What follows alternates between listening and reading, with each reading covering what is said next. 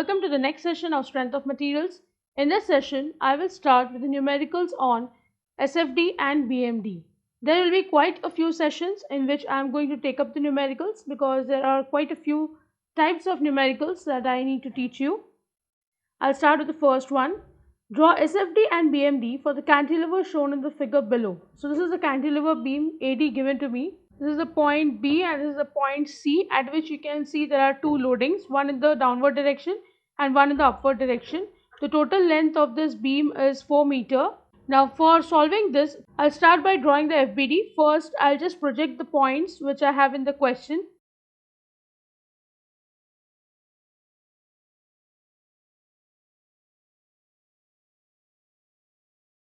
So these are the points given to me. I will be drawing the FBD, SFD and BMD all in one page because it helps me in drawing the projection lines, and also if there are any particular points which I need to trace back, it will be easier for me. There are people who also solve each part in different papers, but I will not be doing that. So let's start. I'll first draw the beam. This is D and this is A, and A, as you can see, is fixed. So I'll be drawing the reactions here. At A I have one reaction in the vertical direction VA. I can say there is a reaction HA in horizontal direction and the moment clockwise MA.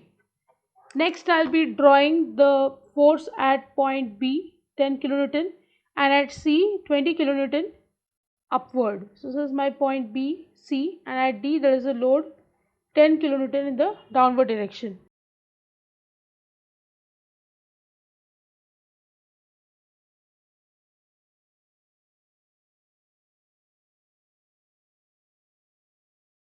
Now if you observe carefully, I will have to first calculate the value of these unknown. So this is my FBD. Now from the diagram, it is very evident that HA is going to be 0 because there are no other horizontal forces. So I'll be calculating VA and MA. I'll start with the basic equation. Summation of force in y direction is equal to 0. Upward force is positive. So I have VA moving upward, 10 downward, 20 upward and 10 again downwards is equal to 0. So if you observe, all of them get cancelled. So what I get is VA equal to 0. This is a particular question in which I got VA 0. It is not necessary everywhere VA is going to be 0. Next I am going to use summation of moment about point A is equal to 0. Let me assume any moment in clockwise direction is positive. I'll start with MA going clockwise, positive. Next I'll have 10 moving clockwise towards A. VA will not be considered because this is a force at the same point. So I'll start with 10 moving clockwise. So plus 10 into distance is 1.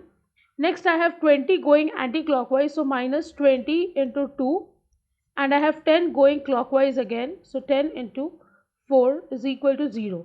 So I can calculate the value of MA and I get the answer as minus 10 kilonewton meter. Now the negative sign indicates that the direction that I have assumed is not proper. It is anti-clockwise. Now for solving, I am going to leave this as clockwise and I am going to write over here minus 10 kilonewton meter. If you want, you can change the direction and you can solve this as 10 kilonewton meter anti-clockwise. But I am not going to use anti-clockwise sign. I am going to use clockwise itself.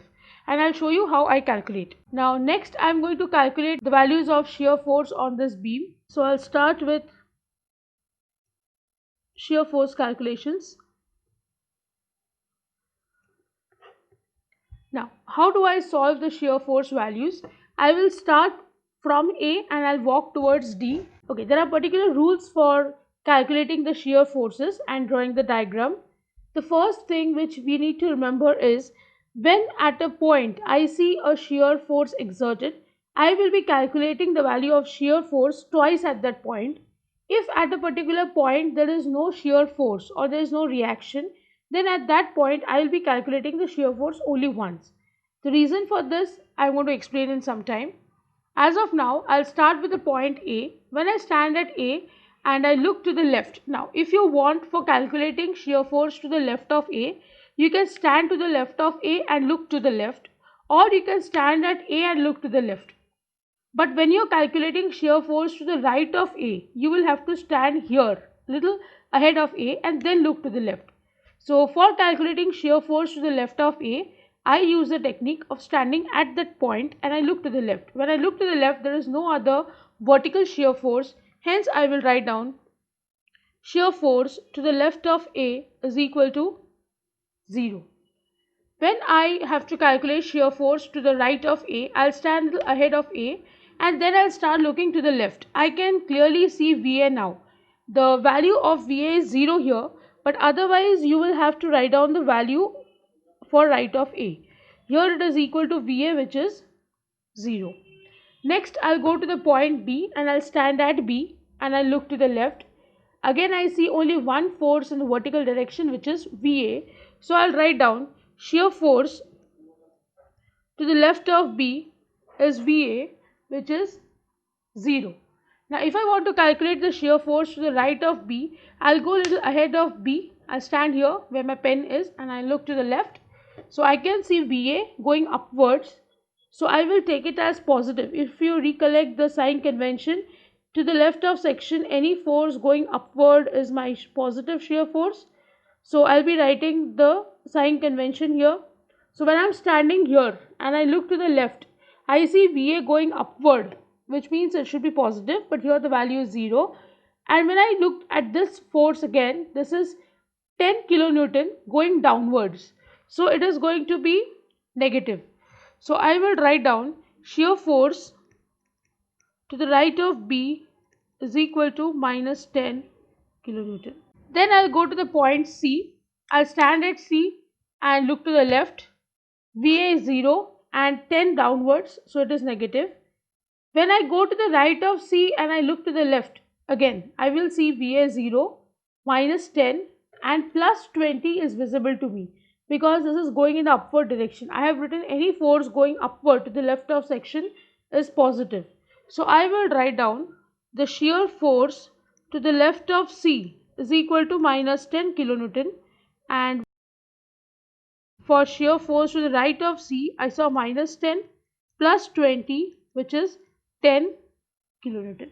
Next, I'll go to the point D. I'll stand here and I'll look to the left. I see VA is 0, minus 10 and plus 20, which will make it to plus 10.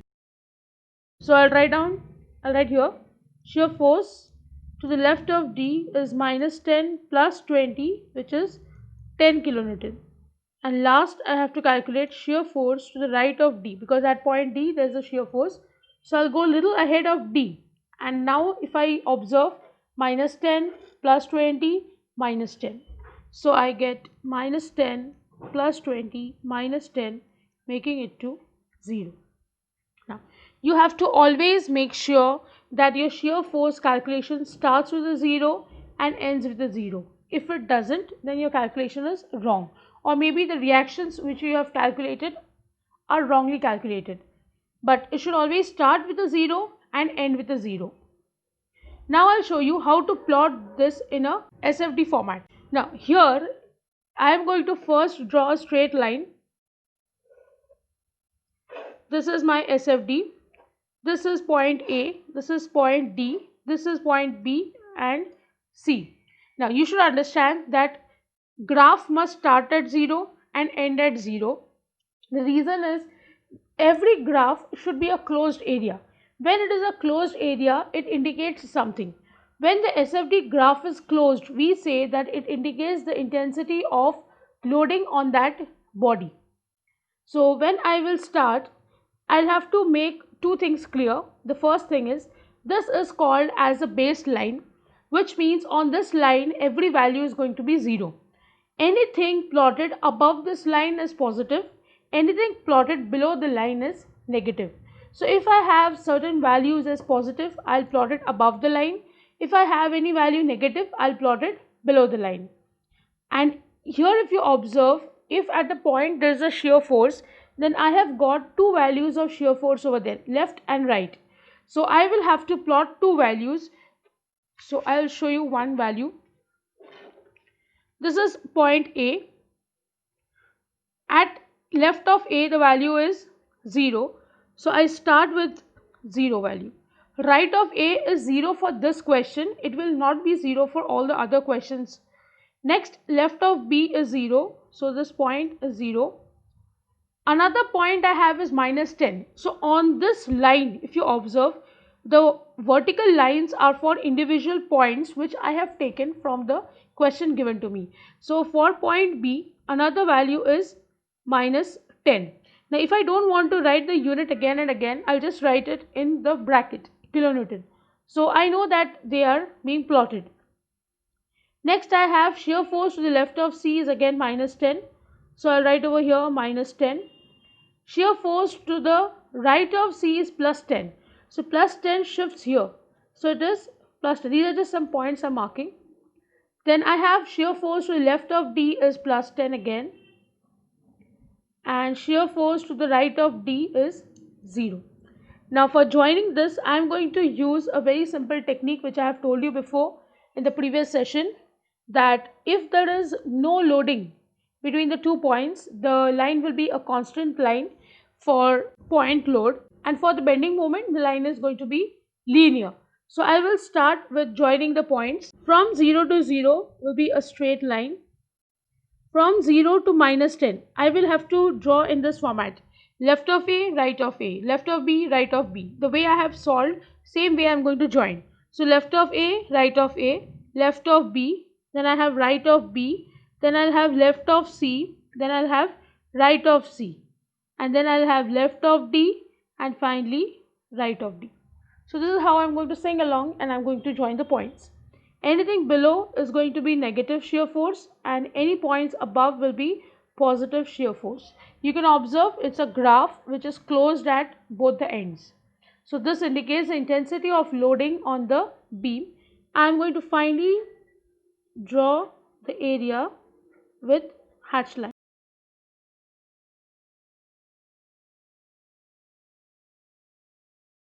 You can use a scale for drawing the lines. I am drawing it freehand.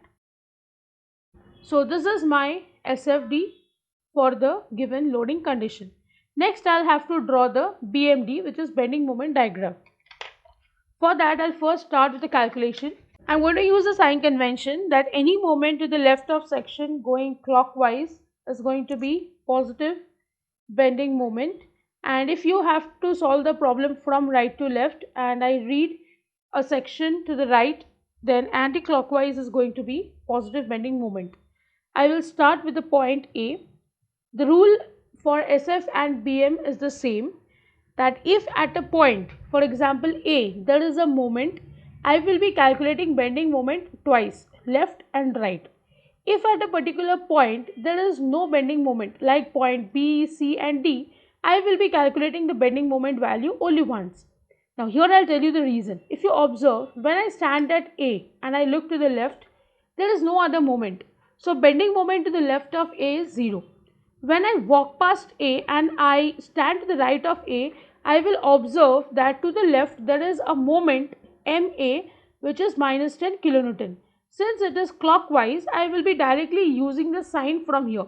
See, I can use anti-clockwise and then say that to the left of section anti-clockwise is negative.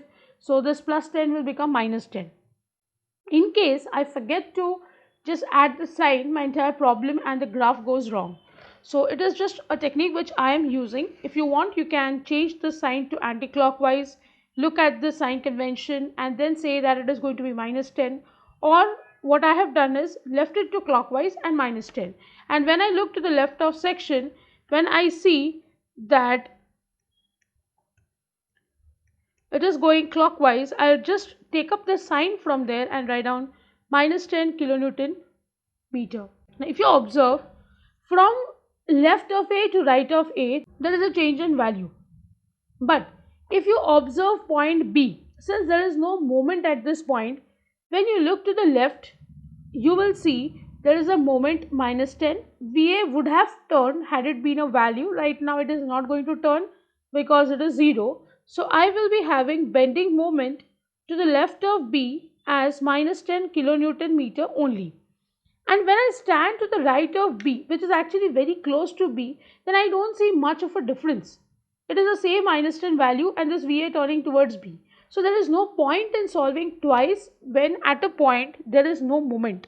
Had there been a moment over here, then when you go to a point which is to the right of B, obviously this moment would have been visible, then there would have been a significant change in the value from left to right. But if there is no moment, then there is no change of value. Hence at this point we will be calculating the bending moment only once. The same logic applies for shear force as well. Since there is a shear force when you go from left to right, the value of shear force becomes visible. Had there been no shear force, then obviously there is no point in calculating twice. So this is the logic behind calculating twice or once. Next I go to the point C. Okay, I'm not going to write left of B, I'm going to write just B. When I go to the point C and I stand here, I will see moment MA minus 10. VA turns clockwise but the value is 0 and this value of 10 turns anti-clockwise. So I will write down minus 10 and minus 10 into 1. So this will become minus 20 kilonewton meter. And last I'll go to the point D. When I stand here, I'll have MA which is minus 10. Then I'll have 10 turning anti-clockwise and 20 turning clockwise. So this will be minus 10 into 3 because the distance is 3 and 20 will turn plus 20 into 2. So this becomes minus 10 minus 30 plus 40. This gets cancelled and the value is 0. If you observe, I started with 0, I'm ending at 0. My graph will be a closed graph. Hence the values that I have calculated are correct. You can self-check the values. So I'll start with plotting these now. I'll first draw a straight line. I'll say the graph is BMD. The value will be in kilonewton meter. I start with A, B, C and D. If there are two values, use the line for plotting. If there is only one value, plot it only once. So left of A is 0, right of A is minus 10. Bending moment at B is again minus 10 over here. And at point C I see minus 20 and finally at D the value is 0. So for joining this I'm going to use the same technique. I'm going to sing again left of A, right of A, left of B. Okay, there's no right of B, so it's just B. Then I'll go to point C, so I'll just join it with a straight line and from minus 20 I'll go to 0. Okay, if these lines do not look straight, if I use a freehand diagram, what I'm going to do is I'm going to just write down over here that this is 1 degree line. 1 degree means it's a straight line. And I'm going to join these points over here just to show that these values are minus 10 and minus 20. I'll write down it as minus bending moment which is negative and I'm going to draw a hatching line here.